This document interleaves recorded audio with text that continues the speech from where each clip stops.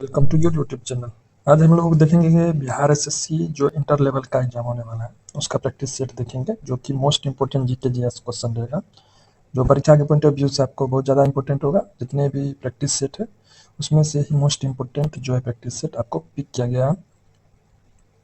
तो ये आपको बिहार एसएससी जो बिहार के स्टेट के जो एग्जाम होंगे उसमें आपको बहुत ज़्यादा हेल्पफुल रहेगा। साथ ही साथ जीके जीएस की जो एसएससी रेलवे के भी जो एग्जाम होते हैं उसमें भी आपको हेल्पफुल रहेगा। तो देखते हैं कि आज का क्वेश्चन क्या है, और ये सभी मॉक जो बुक है उसका इम्पोर्टेंट क्वेश्चन है, तो इसको हम लोग देखेंगे। और आपका कितना स्कोर रहता है ये कमेंट बॉक्स में कमेंट करके ज़रूर बताइएगा। तो देखते हैं आज का क्वेश्चन। उससे पहले चैनल पर जो पहली बार आए चैनल को सब्सक्राइब करके बेल आइकन को दबा दीजिए, ताकि इस तरह की नोटिफिकेशन आप तक आसानी से पहुंच जाए। क्लासेस, पीडीएफ, प्रैक्टिस सेट, ये सब सारा चीज़ आपको देखने को मिलेगा इस चैनल पे। और पीडीएफ के लिए टेलीग्राम चैनल पर जुड़ जाइए। टेलीग्राम का लिंक जो है इसी वीडियो के डिस्क्रिप्शन में आपको मिल जाएगा। वहाँ सारे वीडियो का लिंक शेयर कर देते हैं, साथ ही साथ पीडीएफ मिलेगा, और कोई वैकेंसी आती है तो वहाँ आपको अपडेट देखने को मिलेगा। तो चलते हैं आज का क्वेश्चन देखते हैं। अगला क्वेश्चन है कि भारत के संविधान का कौन सा भाग वित्त, संपत्ति, अनुबंध और मुकदमे से संबंधित है? भाग 9, भाग 8, भाग 10 और भाग 12, ये आपको बताना है। तो भारत का कौन सा भाग जो है वित्त, संपत्ति, अनुबंध और मुकदमे से संबंधित है? तो भाग 12 जो है ये आपको वित्त, संपत्ति, अनुबंध और मुकदमे से संबंधित है। अब देखिए बताता है कि ये तो भाग हो गया, भाग 12 हो गया। अब अगर अनुच्छेद की बात करें कि अनुच्छेद कितना से कितना के बीच में ये आता है, तो ये अनुच्छेद जो है आर्टिकल जो है 264 से आपको 301 के बीच में ये सारा चीज आता है, वित्त, संपत्ति, अनुबंध और मुकदमे। अनुच्छेद जो है अगर आर्टिकल 300 क की बात करें कि ये क्या चीज़ है, तो इसमें क्या चीज़ बताता है, ये संपत्ति के अधिकार बताता है। और यहाँ पर अगर भाग 9 की बात करें कि भाग 9 किससे संबंधित है, ये पंचायती राज से संबंधित है। भाग 8 जो है ये क्या होता है, भाग 8 जो है संघ राज क्षेत्र का वर्णन करता है। और संविधान का जो है अगर भाग 10 की बात करें, भाग 10 की बात करें, तो ये क्या करता है, ये आपको अनुसूची और जनजातीय क्षेत्र का वर्णन करता है। अनुसूचित जनजातीय क्षेत्र का वर्णन करता है। साथ ही साथ आपको भाग 8 जो है संघ राज क्षेत्र का वर्णन करता है। भाग 9 जो है आपको पंचायती राज का उल्लेख करता है। और 300 को जो है संपत्ति के अधिकार का बताता है। भाग 12 जो है ये आपको वित्त, संपत्ति, अनुबंध और मुकदमे से संबंधित है। और 264 से 301 ये अनुच्छेद में आता है। उम्मीद करते हैं क्लियर होगा। अब इसको अगर इस तरह से याद करने की कोशिश करें कि किस तरह से हो सकता है कि वित्त, संपत्ति, अनुबंध और मुकदमे सूद से संबंधित है, तो इसको आप इस तरह भी याद रख सकते हैं। भाग 12 ये सबसे लास्ट में है, तो सबसे लास्ट में जो है आपको संपत्ति होता है, अनुबंध और मुकदमे ये आपको इससे रिलेटेड होता है। तो इस चीज़ को भी आप ट्रिक के तौर पर याद करके रख सकते हैं। और अगर कहीं भाग 12 देखें तो इसको रिलेट कर देंगे कि संपत्ति हुआ, अनुबंध हुआ और मुकदमा सब जो हुआ ये सब आपको जो है भाग 12 से रिलेट करता है। चलते हैं अगले प्रश्न की ओर। 73वें संविधान संशोधन अधिनियम के अनुच्छेद 243 H जो है के अनुसार किस राज्य को विधानमंडल निम्न निधि से पंचायत को सहायता अनुदान देने का प्रावधान कर सकता है? तो राष्ट्रपति की आकस्मिक निधि, राज्यपाल की आकस्मिक निधि, राज्य की संचित निधि और भारत की समेकित निधि। तो इसका उत्तर हो जाएगा राज्य की संचित निधि जो है ये क्या करता है, किसी राज्य के विधानमंडल पंचायतों को सहायता अनुदान देने का प्रावधान करता है। ये जो है राज्य की संचित निधि से पंचायत को सहायता अनुदान देने का प्रावधान कर देते हैं। 73वां संविधान संशोधन हुआ था, उसके अनुच्छेद जो 243 में के अनुसार क्या होता है, कोई राज्य का विधानमंडल जो है राज्य की संचित निधि की सहायता से निधि से पंचायत को सहायता अनुदान प्रदान करता है। और उसके बाद अगर बात करें कि पंचायत की लेखाओं को संपरीक्षा का प्रावधान कौन सा अनुच्छेद देता है, तो वो 243 जे जो है ये देता है पंचायत की लेखाओं की संपरीक्षा का प्रावधान। नेक्स्ट प्रश्न है कि आपको ये अगला प्रश्न है कि म्यांमार की आधिकारिक भाषा क्या है? जोरखा, बर्मी, बंगाली, हिंदी। तो म्यांमार की जो है आपको आधिकारिक के नाम से ही क्लियर है, म्यांमार, बर्मा, पहले बर्मा नाम था। और उसका जो है इसका क्या हो जाएगा, आधिकारिक भाषा बर्मी है। म्यांमार की अगर राजधानी की बात करें तो कौन सा है, म्यांमार की राजधानी नेपियदा है, नेपियदा है। ये जो है आपको क्या है, म्यांमार की राजधानी है। और अगर पूछे इंटरनेशनल स्तर पर, अंतर्राष्ट्रीय स्तर पर, विश्व स्तर पर कि स्वर्ण पेगाडो का देश किसे कहा जाता है, तो ये म्यांमार को कहा जाता है। स्वर्ण पेगाडो का देश किसे कहा जाता है, म्यांमार को कहा जाता है। म्यांमार की राजधानी नेपियोदा है। म्यांमार की आधिकारिक भाषा बर्मी है। उम्मीद करते हैं क्लियर होगा। नेक्स्ट है कि निम्नलिखित में से कौन सा कथन असत्य है। ये आपको बताना कि पंचवर्षीय योजना के लक्ष्य समृद्धि, आधुनिकीकरण, आत्मनिर्भरता तथा समानता थे। सीमित संसाधन के कारण प्रत्येक योजना में पृथक लक्ष्यों का निर्धारण किया गया था। ये आपको बताना 1 और 2 दोनों, और ना तो 1 ना तो 2। तो इसका सही उत्तर हो जाएगा ना तो 1 ना 1 सही है, असत्य है, ये भी सही है और ये भी सही है। तो 1 और 2 दोनों हो जाएगा। तो पंचवर्षीय योजना का लक्ष्य क्या था, समृद्धि, आधुनिकीकरण, आत्मनिर्भरता और समानता था। सीमित संसाधनों के कारण प्रत्येक योजना में क्या था, पृथक लक्ष्य का निर्धारण किया गया था। सीमित संसाधन था, इसमें होता था क्या कि मतलब हर पंचवर्षीय योजना में क्या था कि कुछ कुछ लक्ष्य दिया गया था। तो ये भी सही है। और सब में जो है आधुनिकीकरण, आत्मनिर्भरता था, समानता था लक्ष्य का। नेक्स्ट प्रश्न है कि निम्नलिखित में से किस सुल्तान ने सती प्रथा रोक का प्रयास किया। जलाउद्दीन खिलजी, फिरोज शाह तुगलक, अलाउद्दीन खिलजी, उसके बाद आपको मोहम्मद बिन तुगलक। तो इसका सही उत्तर हो जाएगा मोहम्मद बिन तुगलक। मोहम्मद एमबीटी ये था, एमबीटी, ये आपका सही उत्तर हो जाएगा एमबीटी। सती प्रथा को रोकने का प्रयास किया था। और इसका जो है मोहम्मद बिन तुगलक का जो है पहली बार जो सती प्रथा किया था, तो मोहम्मद बिन तुगलक जो है कौन से ईस्वी के बीच में रहे थे, 1325 से 1351 के बीच में। 1325 से 1351 के बीच में मोहम्मद बिन तुगलक थे, जिन्होंने पहली बार सती प्रथा रोकने का प्रयास किया था। सती प्रथा पहली बार रोकने का जो है प्रयास किया था कौन, मोहम्मद बिन तुगलक। उसके बाद बाजार नियंत्रण व्यवस्था को कौन किया था, अलाउद्दीन खिलजी। बाजार नियंत्रण व्यवस्था को अलाउद्दीन खिलजी ने किया था। और इसके बाद फिरोज शाह तुगलक को क्या कहता था, अकबर सल्तनकालीन अकबर कहा जाता था। फिरोज शाह तुगलक को क्या कहा जाता था, सल्तनत कालीन अकबर कहा जाता था। उम्मीद है क्लियर होगा। नेक्स्ट प्रश्न है, तुलसीदास ने रामचरितमानस किसके शासनकाल में लिखे। कृष्णदेव राय, जहांगीर, अकबर, शाहजहां। तो तुलसीदास जो लिखे थे किसके शासनकाल में लिखे थे, तो अकबर के शासनकाल में तुलसीदास ने लिखे थे रामचरितमानस, क्योंकि अकबर के समकालीन थे। उसके बाद अकबर के शासनकाल को क्या कहा जाता है, हिंदी साहित्य का स्वर्ण काल कहा जाता है। अगर हिंदी साहित्य का स्वर्ण काल पूछे किसके शासनकाल में, अकबर के शासनकाल में। और किसके काल में जो है चित्रकला का स्वर्ण काल कहा जाता था, वो जहांगीर के काल में। जहांगीर के काल में चित्रकला का स्वर्ण कहा जाता था। और उसके बाद किसको आंध्र भोज कहा जाता था, तो कृष्णदेव राय को आंध्र भोज कहा जाता था। उम्मीद है क्लियर होगा।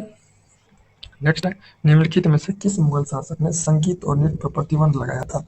तो किसने लगाया था, औरंगजेब। औरंगजेब जो है क्या किए थे, संगीत और नृत्य पर क्या किए थे, ये आपको प्रतिबंध लगा दिए थे। संगीत और नृत्य पर जो है प्रतिबंध लगाए थे। जबकि औरंगजेब जो था अपना खुद जो है औरंगजेब स्वयं क्या करता था, बीना का कुशल वादक था। बीना बजाने में वो एक्सपर्ट था औरंगजेब, लेकिन फिर भी उसने संगीत और नृत्य पर प्रतिबंध लगा दिया था। और शास्त्रीय संगीत पर जो फारसी में सबसे अधिक पुस्तक लिखा गया वो भी औरंगजेब के ही समय में लिखा गया है। ठीक है। और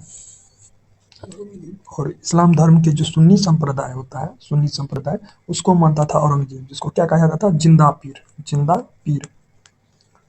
और उसके बाद औरंगजेब के सेनापति जो है औरंगजेब का जो सेनापति था जय सिंह और शिवाजी के बीच जो हुआ था पुरंदर की संधि हुआ था। पुरंदर की संधि हुआ था कौन से ईस्वी में, 1665 ईस्वी में। किस दिन, 22 जून 1665 के ईस्वी हुआ था पुरंदर की संधि। किसके किसके बीच, औरंगजेब के सेनापति था जय सिंह और शिवाजी के बीच में हुआ था। कहाँ पर पर्याप्त अशोक के अभिलेख के निचले भाग में मयूर का चिन्ह अंकित है, साबजगरी, लोरियानंदगढ़, मानसेरा, सोपारा। तो ये जो है लोरियानंदगढ़ जो है कहाँ पे है, लोरियानंदगढ़ जो है ये बिहार के चंपारण जिले में।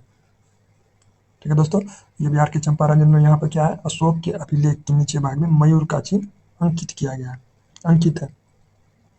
उसके बाद अशोक के लगभग अभी तक करीब कितने अभिलेख प्राप्त हुए, लगभग 40 अभिलेख प्राप्त हुए अशोक में। और अशोक के अभिलेख को कितने भागों में बांटा गया था, कितने वर्ग में विभाजित किया गया था, तो ये जो है आपको जो है 3 वर्ग में विभाजित किया गया था। कौन सा, एक हो गया शिलालेख, दूसरा था स्तंभ लेख और तीसरा था गुहा लेख। शिलालेख, स्तंभ लेख, गुहा लेख, शिलालेख, स्तंभ लेख, गुहा लेख। और इस अभिलेख में जो है कितने लिपि का प्रयोग किया गया था? 4 लिपि का प्रयोग किया था। कौन सब था? ब्राह्मी, खरोष्ठी, ग्रीक और अरमाइका। ब्राह्मी, खरोष्ठी, ग्रीक और अरमाइका, मतलब 4 गो लिपि हुआ और 3 वर्ग में विभाजित किया गया था। नेक्स्ट क्वेश्चन है कि भारत में मुद्रा आपूर्ति की स्थिति के संबंध में कहा जा सकता है, क्या कहा जा सकता है? तो जनता के पास मुद्रा बैंक में जमा से कम है, ये आंसर सही हो जाएगा।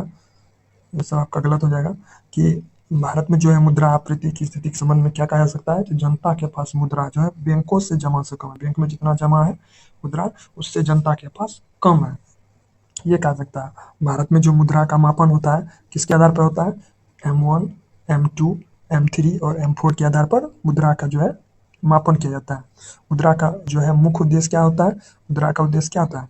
विनिमय के साधन और मूल्य का मापक है। क्या है? मुद्रा जो है क्या है? विनिमय के साधन और मूल्य का मापक मापक होता है। भारत का जो है प्राचीनतम मुद्रा जो है आहत मुद्रा कहलाता था। भारत का जो प्राचीनतम मुद्रा था वो क्या कहलाता था? आहत मुद्रा कहलाता था। नेक्स्ट है कि विकास केंद्र उपागम किस योजना के अंतर्गत अपनाया गया? ये जो है आपको चतुर्थ पंचवर्षीय योजना के अंतर्गत अपनाया। चतुर्थ जो पंचवर्षीय योजना की समय मतलब कौन से काल कितने से बीच में हुआ था? 1969 से 74 के बीच में था चतुर्थ चौथा। इसके अंतर्गत क्या हुआ था? ये जो है चतुर्थ पंचवर्षीय योजना के अंतर्गत क्या होता है कि आपको समस्या आधारित कार्यक्रम चलाया गया था। कौन सब घटक थे? लक्षित समूह उपागम थे, प्रोत्साहन दृष्टिकोण था, विकास केंद्र उपागम थे। ये सब सारा जो घटक चतुर्थ पंचवर्षीय योजना कौन से के बीच? 69 से 74 के बीच में। तो इसका सही उत्तर हो जाएगा चतुर्थ पंचवर्षीय योजना। नेक्स्ट है जो वन चक्रवातों के अवरोधों का कार्य करते हैं वे वन कौन सा होते हैं? ये वन जो है आपको कौन सा होते हैं? वो सदाबहार वन होते हैं।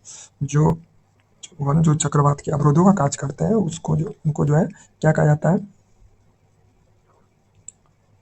उनको जो है सदाबहार वन कहा जाता है। तो सदाबहार वन इसको कहा जाता है। उसके बाद विश्व का सबसे बड़ा डेल्टा कौन सा है? तो सुंदरवन है। विश्व का सबसे बड़ा डेल्टा कौन सा है? सुंदरवन है। अगर विश्व का सबसे बड़ा डेल्टा पूछे तो सुंदरवन। और मैक्रोम वन कहाँ पर जाता है? मैक्रोम वन जो है डेल्टाई प्रदेश पर जाता है। ये क्या करता है? चक्रवाती की गति को रोक देता है। चक्रवात का जो गति होता है उसको रोक देता है। ये जो है आपको डेल्टाई प्रदेश में पाया जाता है। और जो वन चक्रवात के अवरोधों का कार्य करते हैं वे वन कौन सा होता है? सदाबहार वन होता है। नेक्स्ट है कि पाटलिपुत्रा को पालीब्रोथा किसने कहा था? रेंसम, फायन, मेगास्थनीज, इनमें से कोई नहीं। तो मेगास्थनीज जो है पाटलिपुत्रा को पालीब्रोथा जो है मेगास्थनीज ने कहा था। उसके बाद फायन किसके काल में आया था? फायन जो है चंद्रगुप्त 2 के कार्यकाल में आया था। चंद्रगुप्त सेकंड के कार्यकाल में क्या आया था? फायन का आया था। ठीक है। उसके बाद जो है पालीब्रोथा तो हो गया, ये आपको मेगास्थनीज हो गया। मेगास्थनीज ने कहा था पालीब्रोथा। उसके बाद आपको बताना है कि वेन्संग जो है वेन्संग ये जो है ये किसके कार्यकाल में आए थे? ये जो है हर्षवर्धन के कार्यकाल में भारत आया था। हर्षवर्धन के कार्यकाल में भारत आया था। नेक्स्ट है चंद्रग्रहण के दौरान चंद्रमा पर पड़ने वाली पृथ्वी की छाया को किस भाग में बांटा गया? तो पृथ्वी की छाया को कितने भागों में बांटा गया? 3 भागों में बांटा गया। कौन सा भाग है? एक है अम्बरा, दूसरा है पेनबरा और एटनबरा। तो अनबरा ए पी और एटनबरा एटनबरा एपीए 3 भागों में बांटा गया। एपीए अम्बरा क्या होता है? यह जो है छाया का सबसे भीतरी और सबसे गहरा भाग होता है। जो छाया होता है उसका सबसे भीतरी और गहरा भाग होता है क्या क्या होता है? अम्बरा होता है। और उसके बाद पेनबरा क्या होता है? पेनबरा अम्बरा के दोनों तरफ मौजूद जो हल्की छाया वाला भाग होता है, हल्का छाया वाला भाग होता है उसको पेनबरा कहते हैं, जो अम्बरा के दोनों तरफ होता है। उसके बाद इंटरबरा किसको कहते हैं? जहाँ से वस्तु का पूरा आकार नजर आता है। जिस भाग से मतलब अगर इस भाग में इससे पूरा वस्तु का आकार नजर आएगा उसको इंटरबरा कहेंगे। जो दोनों तरफ मौजूद हल्की छाया वाला भाग होगा उसको पेनबरा कहेंगे। अम्बरा जो है भीतरी और सबसे गहरी भाग को पेनबरा कहेंगे। नेक्स्ट है कि शिक्षा की वर्षा योजना कब लाया गया था? तो ये लाया गया था 1937 ईस्वी में। 1937 ईस्वी में शिक्षा का जो है आपको वर्षा योजना लाया गया था। नेक्स्ट है अंतर्राष्ट्रीय ग्रामीण महिला दिवस कब मनाया जाता है? तो ये आपको 15 अक्टूबर को 15 अक्टूबर क्या मनाया जाता है? अंतर्राष्ट्रीय ग्रामीण आपको ग्रामीण महिला दिवस जो है 15 अक्टूबर को पाया जाता है। चलिए 24 अक्टूबर को क्या मनाया जाता है? 24 अक्टूबर को यूएन स्थापना दिवस मनाया जाता है। 31 अक्टूबर को क्या मनाया जाता है? 31 अक्टूबर को इंदिरा गांधी की पुण्यतिथि मनाया जाता है। 14 अक्टूबर को क्या मनाया जाता है? 14 अक्टूबर को विश्व मानक दिवस मनाया जाता है। विश्व मानक दिवस 14 अक्टूबर। अब 15 हो गया। या 16 अक्टूबर को क्या मनाया जाता है? विश्व खाद्य दिवस मनाया जाता है। विश्व खाद्य दिवस मनाया जाता है। और उसके बाद इसी अक्टूबर में जो है विश्व डाक दिवस कब मनाया जाता है? तो ये 9 अक्टूबर को मनाया जाता है। 9 अक्टूबर को मनाया जाता है। नेक्स्ट है कि बोध गया के महाबोधि मंदिर का निर्माण किस काल में हुआ था? हर्षवर्धन के काल में, कनिष्क के काल में, गुप्त वंश के काल में, इनमें से कोई नहीं। तो गुप्त वंश के काल में जो हुआ था महाबोधि मंदिर का निर्माण हुआ था। गुप्त वंश के काल में जो है महाबोधि मंदिर का निर्माण हुआ था। अब महाबोधि मंदिर का संबंध किससे? महात्मा बुद्ध से संबंधित है। और बुद्ध की मूर्ति किसके काल में सबसे ज्यादा बनाया गया था? तो मतलब मूर्ति बनाया गया था ये मथुरा काल में। मथुरा काल में। नेक्स्ट है योजना आयोग के स्थान पर नीति आयोग का गठन कब हुआ था? तो नीति आयोग का गठन कब हुआ था? 1 जनवरी 2015 को। नीति आयोग जो योजना आयोग के स्थान पर 1 जनवरी 2015 को नीति आयोग बना था। और नीति आयोग गठन की घोषणा कब हुआ था? तो 15 अगस्त 2014 ईस्वी को। 2014 ईस्वी को नीति आयोग का मतलब घोषणा हुआ था। और नीति आयोग का स्थान पर आया था कब? 1 जनवरी 2015 को। अब देखिए नीति आयोग में क्या था? अध्यक्ष कौन होता था? प्रधानमंत्री होता था। उपाध्यक्ष कौन था? उसके बाद सीईओ होता था। फिर पदेन सदस्य होता था। फिर अधिशासी परिषद होता था। ये सारा जो है नीति आयोग में होता था। नेक्स्ट और उसके बाद नीति आयोग का गठन कब हुआ था? नीति आयोग का गठन तो नीति आयोग का गठन जो है आपको गठन का घोषणा तो 15 अगस्त 2014 को हुआ था। लेकिन योजना आयोग का गठन कब हुआ था? मतलब ये इससे पहले का पूछे कि योजना आयोग का गठन कब हुआ था? तो 15 मार्च 1950 ईस्वी को। 15 मार्च 1950 को। उसके बाद नीति आयोग की घोषणा कब हुआ था? तो 15 अगस्त 2014 को। नीति आयोग जो है ये आपको बताना कि नीति आयोग जो है कब आया इसके स्थान पर? तो 1 जनवरी 2015 को। नेक्स्ट है कि हदीस क्या है? हदीस एक क्या है? इस्लामी कानून, बंदोबस्त कानून, सल्तनत कानून, कालीन कर, इनमें से कोई नहीं। हदीस जो है आपको इनमें से कोई नहीं होगा, क्योंकि हदीस जो क्या था? मोहम्मद साहब का जो कथन और उनके जीवन से संबंधित घटना का संग्रह होता था। हदीस किसको बोलते थे? जो मोहम्मद साहब थे उसका जो मतलब कथन हुआ, जो भी कहे वो, और उनके जीवन से संबंधित पूरा जो घटना हुआ उसको संग्रह को हदीस कहते हैं। ठीक है। नेक्स्ट है कि वर्ण व्यवस्था से संबंधित पुरुष सूक्त मूलतः निम्न में से वर्ण व्यवस्था से संबंधित पुरुष सूक्त मूलतः निम्न में से किसमें पाया जाता है? अर्थवेद, आपको सामवेद, ऋग्वेद, मनुस्मृति। तो ये पाए जाते हैं आपको ऋग्वेद में। वर्ण व्यवस्था से संबंधित पुरुष मुक्त मूलतः जो है ऋग्वेद में पाया जाता है। नेक्स्ट है कि बहमनी राज्य की प्रथम राजधानी इनमें से कौन सी थी? बीदर, गुलबर्गा, दौलताबाद, हुसैनाबाद। तो कौन सा थे? गुलबर्गा। बहमनी राज्य का जो है आपको प्रथम राजधानी कहाँ था? गुलबर्गा था। गुलबर्गा था। नेक्स्ट है मेरियान गर्त डैश में स्थित है? दक्षिण अटलांटिक महासागर, हिंद महासागर, उत्तरी अटलांटिक महासागर और प्रशांत महासागर। प्रशांत महासागर में क्या सा कौन सा है? मेरियान गर्त है। मेरियान गर्त है। ये मेरियान गर्त क्या है? तो विश्व का सबसे गहरा गर्त जो है मेरियान गर्त है, जो कि प्रशांत महासागर में। और उसके बाद पूछे कि प्रशांत महासागर की आकृति कैसी है? तो आकृति जो है त्रिभुजाकार है। प्रशांत जो है महासागर है उसकी मतलब आकृति जो है त्रिभुजाकार है। नेक्स्ट है कि पुरुष के 1983 के विश्व कप जो क्रिकेट फाइनल में मैन ऑफ द मैच में किसे घोषित किया गया था? 1983 में जो मैन ऑफ द मैच हुआ था उसको किसको घोषित किया गया था? तो ये किया गया था महेंद्र अमरनाथ को। महेंद्र अमरनाथ को 1983 में जो है क्या क्या था? विश्व कप हुआ था। भारत क्या क्या था? विश्व कप जीता था। उसमें 43 रन से वेस्ट इंडीज को हराया था, जिसमें man of the match Mahendra Amarnath थे। और कप्तान कौन थे? कप्तान जो थे उसके बाद कपिल देव थे। और उसके बाद इस समय का जो विश्व कप हुआ था उसमें सबसे ज़्यादा विकेट कौन लिया था? तो रोजर बिन्नी लिया था।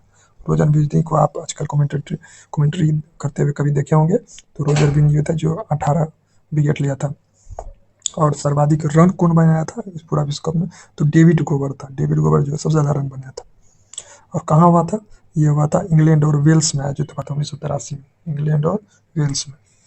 नेक्स्ट है भारत में प्रथम न्यूक्लियर ऊर्जा स्टेशन की स्थापना कहाँ हुई? ये आपको कमेंट बॉक्स में कमेंट करके बताना है। साथ ही आपका कितना स्कोर है ये भी कमेंट बॉक्स में कमेंट करके बताना है। और पीडीएफ के लिए आप टेलीग्राम पर ज्वाइन कर लीजिए, जो इसका लिंक जो है आपको वीडियो के डिस्क्रिप्शन में मिल जाएगा। और इसको अगर वीडियो पसंद आए तो वीडियो को लाइक कीजिए और ज़्यादा से ज़्यादा लोगों के बीच शेयर कीजिए। मिलते हैं नेक्स्ट वीडियो में। Thank you for watching.